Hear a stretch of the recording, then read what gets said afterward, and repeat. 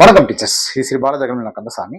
இங்க பாருங்க, நம்ம கிட்ட இந்த வீடியோவில் பார்க்கறதுக்கு வந்து ரெண்டு விஷயத்தை நம்ம பார்க்க போறோம். ஒன்று அச்சீவர்ஸனுடைய கண்டென்ட், இன்னொன்று உங்ககிட்ட ஒரு கேள்வி. உங்ககிட்ட எத்தனை பாயிண்ட்ஸ் இப்போ மைண்ட்ல இருக்கு அப்படிங்கிற விஷயத்தையும் நம்ம இன்னைக்கு டிஸ்கஸ் பண்ண போறோம். இதுல இப்போ ஃபர்ஸ்ட் பார்க்கறது வந்து என்ன அப்படின்னா, இந்த வீடியோஸ் இப்போ பார்க்கலாம். நம்ம அச்சீவர்ஸுடைய முன்னாடி நான் இப்படி படிச்சேன், இதுக்கப்புறம் நான் இப்படி படிச்சிருக்கேன், எப்படி எல்லாம் எனக்கு ஞாபகத்துல இருக்கு அப்படின்னு சொல்லிட்டு அதே மாதிரி டீ குடிக்க போகும்போதெல்லாம் யூடியூப்ல ஏதாவது ஒரு சேனல்ல பாலாஜி அகாடமின்னு ஒரு சேனல் இருக்கு. அதுல வந்து லைவ் டெஸ்ட் போடுவாங்க. இந்த டிஓ எக்ஸாம் டைம்ல லைவ் டெஸ்ட் போட்டிருந்தாங்க. அந்த டைம்ல தான் நான் 6 மணிக்கு டீ குடிக்க போகும்போது ஹெட்செட்டை போட்டு அந்த லைவ் டெஸ்ட் அட்டன் பண்ணிட்டே போயிட்டு வந்து திரும்ப உங்களை படிக்க ஆரம்பிச்சிடும்.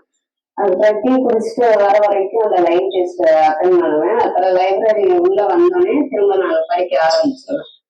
ஸோ இவங்களுக்கு இந்த பியூஓ எக்ஸாம் பாஸ் பண்றதுக்கு நம்ம லைவ் டெஸ்ட் ரொம்ப ஹெல்ப்ஃபுல்லா இருக்கு. சரி, இப்போ நம்ம பாக்குறது வந்து நம்மகிட்டயே டெட் படிச்சுட்டு எஸ்ஜிடி எக்ஸாம்ல வந்து பாஸ் பண்ணி போஸ்டிங் வாங்குற 2 ஸ்டூடெண்ட்களுடைய அந்த வாய்ஸ் மெசேஜை பார்க்க ஆரம்பிச்சலாம். இதுல பாருங்க. Sir, coming to the 24th names, sir நான் பிரியதர்ஷினி பேசுகிறேன். நான் வந்து இப்போ எஸ்டிடி கவுன்சிலிங் அட்டன் பண்ணி போஸ்டிங் செங்கல்பட்டு டிஸ்ட்ரிக்ட் வாங்கியிருக்கேன் சார். ரொம்ப சந்தோஷம். உங்களுடைய மெட்டீரியல்ஸ் வந்து எனக்கு ரொம்ப யூஸ்ஃபுல்லாக இருந்துச்சு. நான் டெட்டு பேப்பர் 1லேருந்து உங்களை ஃபாலோ பண்ணிட்டு இருக்கேன். சேனல்ஸ் மெட்டீரியல்ஸ் உங்களுக்கு வாங்கி டெட்டு பேப்பர் 1லையும் நல்லா ஸ்கோர் பண்ணியிருந்தேன். நான் 11 ஸ்கோர் பண்ணியிருந்தேன். அதே மெட்டீரியல் எஸ்டிடி எக்ஸாம்க்கு யூஸ் பண்ணி ரொம்ப உங்களோட டெய்லி டெஸ்ட் எனக்கு ரொம்ப யூஸ்ஃபுல்லா இருந்துச்சு. ரீகால் பண்றதுக்கு ரொம்ப ரொம்ப தேங்க்ஸ் சார். அதான் உங்களுக்கு மெசேஜ் பண்ணேன். கால் பண்ணியும் பேசணும்னு இருக்கேன். ரொம்ப ரொம்ப ரொம்ப ரொம்ப சந்தோஷம் சார். அடுத்த மெசேஜ் சிஎம் சார் வந்து இந்த அப்பாயின்மெண்ட் ஆர்டர் கொடுக்க பாருங்க. ரொம்ப சந்தோஷமா இருக்கு சார். ரொம்ப ப்ரௌடா இருக்கு. Thank you so much sir. Okay, அடுத்த ஸ்டூடெண்ட் பாருங்க. வணக்கம் சார். என் பேரு கிருஷ்ண கிருத்திகா. நான் திண்டுக்கல் டிஸ்ட்ரிக்ட் சார். நான் எஸ்டிடி அப்பாயின்மெண்ட் எக்ஸாம் எழுதி இப்ப நான் செலக்ட் ஆயிருக்கேன் சார். எனக்கு போஸ்டிங் சேலம்ல கிடைச்சிருக்கேன் சார். உங்களோட கைடன்ஸ் ரொம்ப யூஸ்ஃபுல்லா இருந்துச்சு சார். Thank you so much. நான் வந்து உங்க யூடியூப் ஃபாலோவர் தான் சார். நான் 2012 இருந்தே டெட் எழுதிட்டு தான் சார் இருந்தேன். பட் வந்து என்னால கிளியர் பண்ண முடியலங்க சார். 2022ல உங்களோட சேனல் ஃபாலோ பண்ணேன் சார். நீங்க எப்படி கெஸ் பண்ணீங்களோ அதே மாதிரி கொஸ்டின்ஸ் வந்துருச்சுங்க சார். எனக்கு ரொம்ப ஹாப்பியா இருந்துச்சு சார். எக்ஸாம் முதல் நாள்னா நீங்க கெஸ் பண்ணீங்க சார். இங்க இருந்துலாம் கேள்வி கேட்க வாய்ப்புகள் இருக்கு, நல்லா பாத்துக்கோங்க அப்படின்னு சொல்லிட்டு நல்லா கைட் பண்ணீங்க சார்.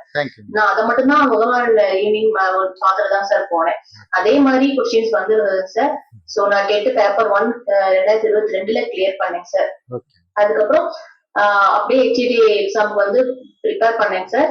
இப்போ 2024 ஜூலை 21 எக்ஸாம் நடந்ததுங்க சார். அது எழுதி அதுலயும் வந்து கிளியர் பண்ணிட்டேன் சார். இப்ப எனக்கு வந்து போஸ்டிங் செகண்ட் டீச்சர் ஆயிட்டேன் சார். ரொம்ப ரொம்ப ரொம்ப சந்தோஷமா இருக்குங்க சார். ரொம்ப தேங்க்ஸ் சார். பிகாஸ் நான்லாம் வந்து ஹவுஸ் ஒய்ஃப் தான் சார். எங்க கிளாஸ் எல்லாம் போயிலாம் எங்கேயுமே ரெகுலர் கிளாஸ் அட்டன் பண்ணிலாம் படிக்கல சார். ஓன் ப்ரிப்பரேஷன் தான் சார். வீட்டுல ப்ரிப்பேர் பண்ணுவேன் சார். அப்புறம் இந்த மாதிரி யூடியூப் சேனல்ல வந்து வீடியோஸ் பாக்குறதோட சரி சார். அதே மாதிரி டென்த் பேப்பர் 1 பாஸ் பண்ணாதான் நான் இந்த அப்பாயின்மெண்ட் எக்ஸாமே எலிஜிபிள் ஆயிருக்கேன் சார். பாஸ் பண்ணனாலதான் அந்த டென்த் பேப்பர் பாஸ் பண்ண நீங்க ரொம்ப ஹெல்ப்ஃபுல்லா இருந்தீங்க சார். ரொம்ப ரொம்ப ரொம்ப நன்றிங்க சார். வர ஜூலை 24ஆம் தேதி சென்னை நேரு ஸ்டேடியத்துல நம்ம முதல்வர் ஐயா கையால வந்து நாங்க பணி நியமன ஆணை பெற போறோம் சார். இந்த தருணத்துக்காக தான் சார் நாங்க இத்தனை 12 வருட காலமா காத்துக்கிட்டு இருந்தோம். 2012க்கு அப்புறம் இப்பதான் ஆசிரியர் பணி நியமனம் பண்ண போறாங்க சார். அதுவும் 2500 பேருக்கு தான் பண்றாங்க. அந்த 2500 பேர்ல நானும் ஒருத்தி அப்படின்னு நினைக்கும் போது ரொம்ப ரொம்ப சந்தோஷமா இருக்குங்க சார். இந்த நாள் அப்படிங்கறது எனக்கு ஒரு பெரிய திருவிழா மாதிரி சார். ஜூலை 24 அப்படிங்கிறது இப்படி இந்த மாதிரி நான் சந்தோஷப்படுறதுன்னு ஆசிரியர் ஆகிறதுக்கும் ஒரு முக்கியமான பங்கு உங்களுக்கு இருக்குதுங்க சார்.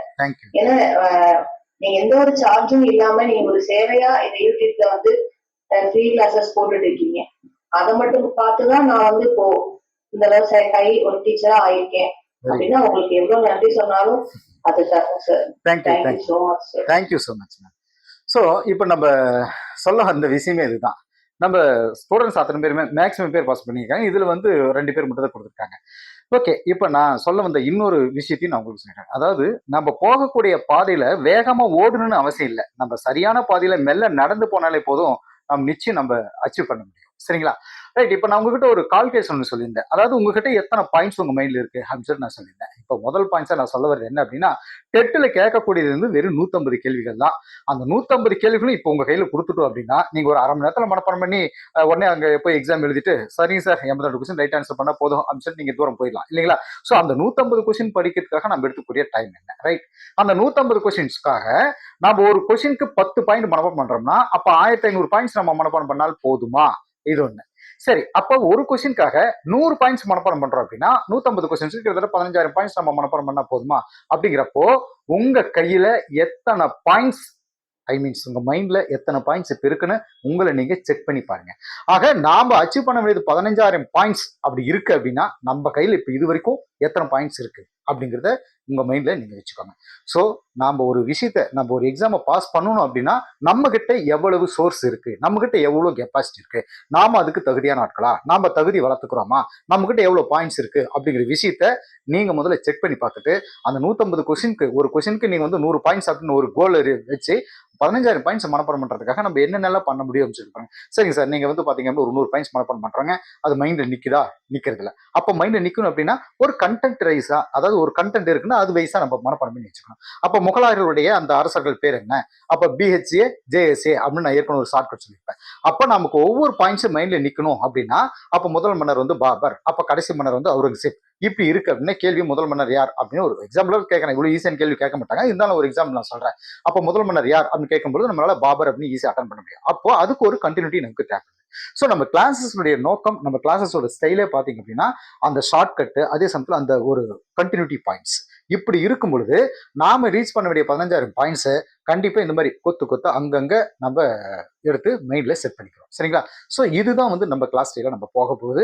இதுல இம்பார்ட்டன்ட் பாயிண்ட்ஸா அந்த 150 கொஸ்டினுக்கு நீங்க 15,000 பாயிண்ட்ஸ் மனப்பாடம் பண்றதுக்கு பதிலாக அதுல பாதிக்கு பாதி ஒரு 7,000 பாயிண்ட்ஸ் 8,000 பாயிண்ட்ஸ் மனப்பாடம் பண்ணாலே போதும்னு சொல்லிட்டு உங்களுடைய மனப்பாடம் பண்ண வேண்டிய வேலைகளை மிச்சப்படுத்தி கொடுக்குறது நம்ம இன்ஸ்டியூட் நோக்கம். ஸோ இந்த மாதிரி ஃபாலோ பண்ணி படிச்சு போனவங்க ஸ்டூடெண்ட்ஸ் தான் வந்து பாஸ் பண்ணி போயிருக்காங்க.